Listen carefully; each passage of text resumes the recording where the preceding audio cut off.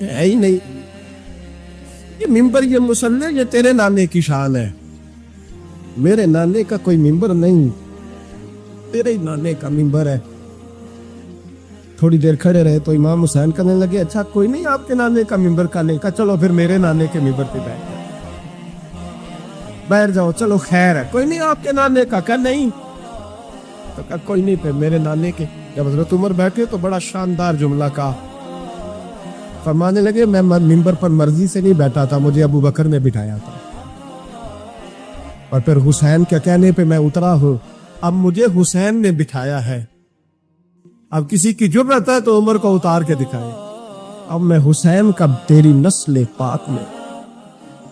یار کتنی بے شرمی کی بات ہے، لوگ امام حسین کو باغی کہے، ہم قائل نہیں ہیں وہ والی شہادت بیان کرنے کے جس میں کہتے ہیں ہائے حسین تو سکینہ تو زینب۔ ہمارے بزرگوں نے ہمیں یہ سبق، ہمارے بزرگوں نے ہمیں بتایا کہ امام حسین کی شہادت اس طرح بیان کرو کہ نوجوانوں میں جذبہ جہاد پیدا ہو، عورتیں صبر کا پہاڑ بن جائے، اس طرح شہادت ہم وہ والی۔ لیکن ایک بات ضرور ذہن میں رکھیں، یہ جو لوگ کہتے ہیں نا بڑے مظلوم تھے پانی نہیں آ سکا، میرے سے حوالہ دیکھے جس نے دیکھنا ہے،